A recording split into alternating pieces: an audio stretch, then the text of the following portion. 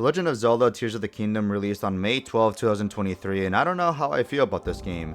I decided to make this video as a way to potentially gather my thoughts and feelings about Tears of the Kingdom, as even when it first released, I could never describe or really express my feelings for this game. I was excited when we first got the trailer of Tears of the Kingdom. It's a direct sequel! What?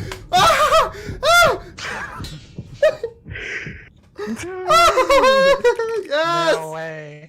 I picked up my collector's edition box of Tears of the Kingdom, as well as got my Tears of the Kingdom Switch OLED, and I started playing the game, and well, let's just say, I was pretty disappointed. I initially thought that the reason why I felt this way was my fault, as I was actually going through Breath of the Wild, and had beaten it again for the 4th time, getting all 120 shrines just a week prior to the release of Tears of the Kingdom, which potentially made me feel like maybe I was just feeling burnt out. I also thought that maybe it was also due to me not being in the right headspace, as during that same time frame, I actually got COVID for the very first time. Seeing reviews and critics all giving Tears of the Kingdom 10 out of 10s felt odd to me, as my interactions with this game just didn't feel as satisfying or really felt or had that sense of amazement as I felt when I first played through Breath of the Wild. That sense of discovery for me personally just wasn't satisfying in Tears of the Kingdom for some reason. Honestly, going through Tears of the Kingdom for me just felt more like a chore. Now, before I go any further, I am warning you now that there will be spoilers for this game here. So we will be talking about the story of both Breath of the Wild and Tears of the Kingdom, so I'll go ahead and give you guys a couple seconds to leave.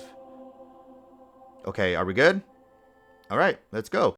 So the story of Tears of the Kingdom is worse than Breath of the Wild's story. When Breath of the Wild first released, I was not a fan of how the story was structured, but the beauty of Breath of the Wild's story is for sure in its storytelling of the player seeing and exploring its world. The world is the story. Link waking up 100 years later since Calamity Ganon's attack on the land of Hyrule, and then seeing the outcome of that event is amazing in a saddening type of way. We have heard of a story within the Zelda timeline where Link is defeated, but never actually got to play and explore a Hyrule going through such an event. The lands are all in ruin. Speaking with folks saying how they are all struggling even 100 years later since the attack makes me feel remorseful. Going through the 4 big key regions and recovering Link's memories, getting and connecting the full story of how everything happened and how Link, Zelda the champions, and even all of their high Sheikah tech like the Guardians got taken over or killed by Ganon really narrates Ganon as this evil and dangerous monster not to meddle with. In Tears of the Kingdom, the story structurally is exactly like Breath of the Wild, except everyone in Tears feels like they aren't smart enough to understand what's going on. For example, the 4 key regions again must be explored, and there are these weird events happening, believing to be caused by the princess herself, Zelda. After going through these areas and completing the dungeons, you would think that after the 2nd, 3rd, and 4th time, the player, and at this point Link himself, should already understand what the hell is going on. People at the time when Tears of the Kingdom released would make the excuse that Link doesn't really speak, yet my argument to that is that we actually see him speaking, as we sometimes get prompts to what to say back to these characters. By the time that I was going into my 3rd region, I was screaming at my screen telling these NPCs that if they really look closely, you can potentially even see this very evil looking red presence taking over Zelda's body, likely signifying that something is off. Hell, even Link was right there at the beginning of the game when both he and Zelda were attacked by this evil man underneath Hyrule Castle. I also just hate the fact that the game reuses the exact same cutscenes to some extent in regards to speaking with the original sages after completing their certain dungeon in this game. They just changed the models, and even after completing one and going to the next, they still say the exact same thing. I mean, I will say the cutscenes, like I mentioned, do add somewhat of a bit more detail per every single one that you go through, but again, the changes feel so minor that I just get more so a sense of deja vu after completing one dungeon after the other. Now, what I want to go ahead and talk about here is I want to speak about the man himself, Mr. Suavemente, the Papi Chulo Ganondorf. He is, in my opinion, the biggest disappointment of them all. Seeing the return of Ganondorf rocking a samurai-like design made me hope that the final boss fight against him would have been an epic one-on-one sword fight. The final boss fight in Breath of the Wild against Calamity Ganon, he was honestly such a pushover that my expectations for Tears of the Kingdom was pretty high. Am I wrong to believe in making of a sequel to anything? It would be smart to listen to all of the criticisms and feedbacks you got and try to find ways in improving upon them. They didn't improve upon anything in the final boss fight, and if anything, Ganondorf is even more so of a pushover here than in Breath of the Wild. The one-on-one sword fight is so easy that I was able to beat this boss fight without even dying once. In Breath of the Wild, there was actually this part of the boss fight where Ganon becomes invincible, and if you don't have a hard-hitting attack like bomb arrows or parrying his laser beam, it can honestly really destroy you. I died at least once or twice in the final boss fight in Breath of the Wild, but in Tears of the Kingdom, I felt like I was just bullying an old retired man. I remember one day my nephews came over to my house and saw Tears of the Kingdom, and they actually wanted me to fight the final boss fight. I honestly don't remember the conversation in the first place, but I just went ahead and I said, sure, I'll go ahead and I'll go through the boss fight for them. I went ahead, went through the boss fight, and I really started to feel like I was getting secondhand embarrassment. At the end of it all, they enjoyed the cutscenes, but the actual Ganondorf fight felt really boring. I will give credit to Tears of the Kingdom and acknowledge the fact that it is such a spectacle seeing this badass Ganondorf turn into an actual Demon King, showing a bit of a homage actually to Demise from Skyward Sword. I also love the spectacle that is the dragon battle against Ganondorf with the thanks of Zelda having to hang on to her and she assisting you on getting high up in the air to land on the demon dragon's back.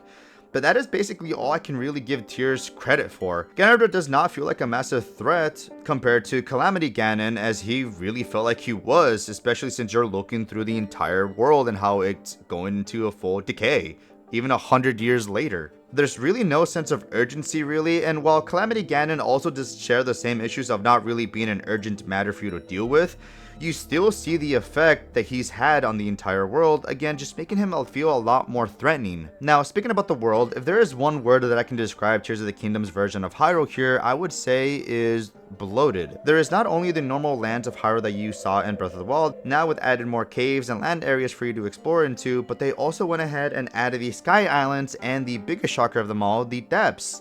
The reason why I say the depths was a surprise was due to the fact that it was actually never advertised or even shown off during any trailers for this game. Nintendo really kept this area hush hush. And going through the depths for the first time honestly is super cool, and it also does help in regards to finding shrines in the overworld, but other than that, it starts to become so annoying and boring to go through. The Sky Islands, as I mentioned, was also a big thing that they were advertising, and hell, they even re-released an HD version of Skyward Sword, leading me and many fans to have some form of deeper connection with either that game or just having an even deeper connection to the overall lore compared to Breath of the Wild, which was for sure lacking. The amount of islands are so minimal, and unfortunately, it just feels like they're just there so they can add more shrines. Now, let me go back a bit and return to the 4 key regions in Tears of the Kingdom. More so specifically speaking about the sages here in this game. In Breath of the Wild, we had the champions, guardians who were led and chosen to pilot the divine beast, used to defend Hyrule and beat Ganon. In Breath of the Wild, you had Revali, who after assisting and reclaiming his divine beast with Teba, Link also gets the ability of Revali's Gale, allowing him to create a gust of wind to send him sky high.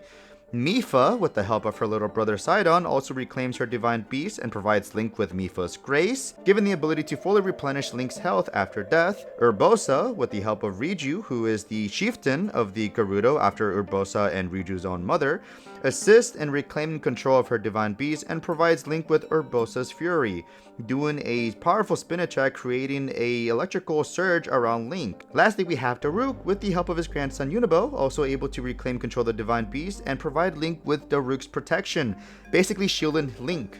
Having all 4 of these abilities make Link so overpowered that going from this to Tears of the Kingdom and their sages abilities are so disappointing. The sages are all descendants of the ancient sages that assisted in defending Hyrule during what they call the Imprisoning War. The sages of old are Rauru, the Sage of Light, Minoru, the Sage of Spirit, Zelda, the Sage of Time, and an unnamed Rito, Gerudo, Zora, and Goron being the sages of wind, lightning, water, and fire. Now, the modern day sages that you encounter are going to be Tulin, the descendant of the Sage of Wind, the returning Unibo, descendant of the Sage of Fire, Sidon, descendant of the Sage of Water, and returning as well, Riju, descendant of the Sage of Lightning. You also interact with Minoru as well in the modern times, at least when it comes with her, it's more so you're interacting with her construct. And what are the abilities you get from them? Well, one of the things is for sure being annoying due to the fact that you have to be right in front of them to activate their abilities, making the original Switch 1 version want to blow its insides out. But in all seriousness, you get an inferior gust of wind from Tulin, though it still is pretty helpful, I would say.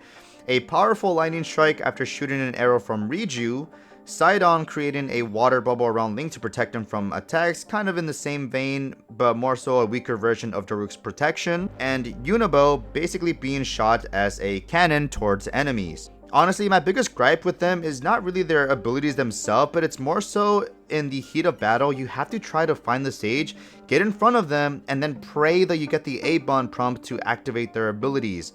I don't know why they didn't just do it as how they did it in Breath of the Wild, where you just have the abilities on you instantly, or with a single push of a button, you can go ahead and just activate them. Having the sages even be with you during combat just also made the frame drops really bad on the Switch 1, making it unbearable to play and can even lead these NPCs to just get in the way. It is now more bearable thanks to the improved Switch 2 version, but still having to find the sage so you can activate their ability is really just the biggest annoyance. Another major gripe that I have with the game is that they don't explain or even mention anything really about the Guardians or 120 shrines, and even the Colossal Divine Beasts and what happened to them. Well, that's kind of somewhat of a lie. You see, we do get told that they randomly did go underground the land of Hyrule and basically just disappeared.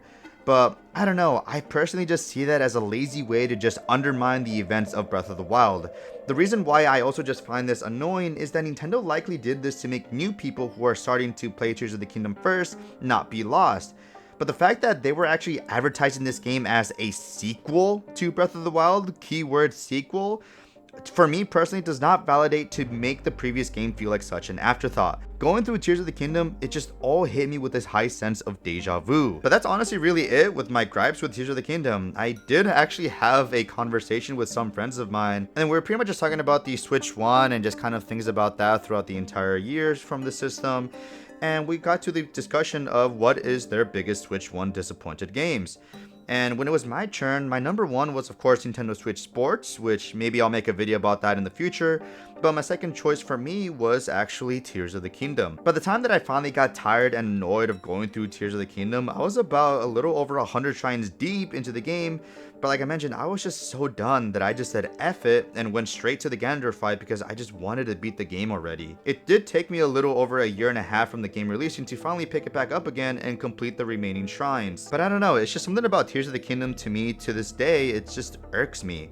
Though I do primarily spoke about a lot of negatives, there are some positives that I do enjoy about this game. In fact, I would say there's actually a bit more positives here than negatives. The new abilities you get, such as Ultra Hand, Recall, Ascend, Auto Build, and even the Fuse abilities are awesome.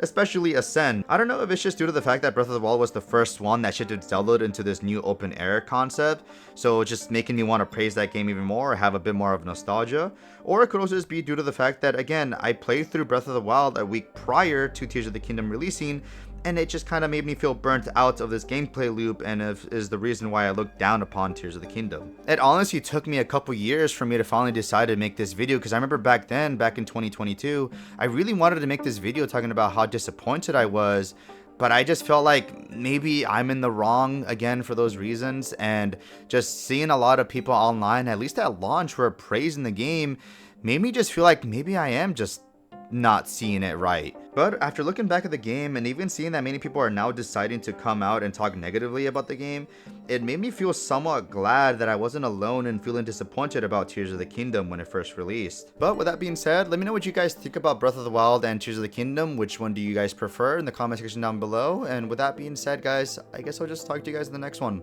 But yeah, that's just kind of my opinion with how I felt with Tears of the Kingdom.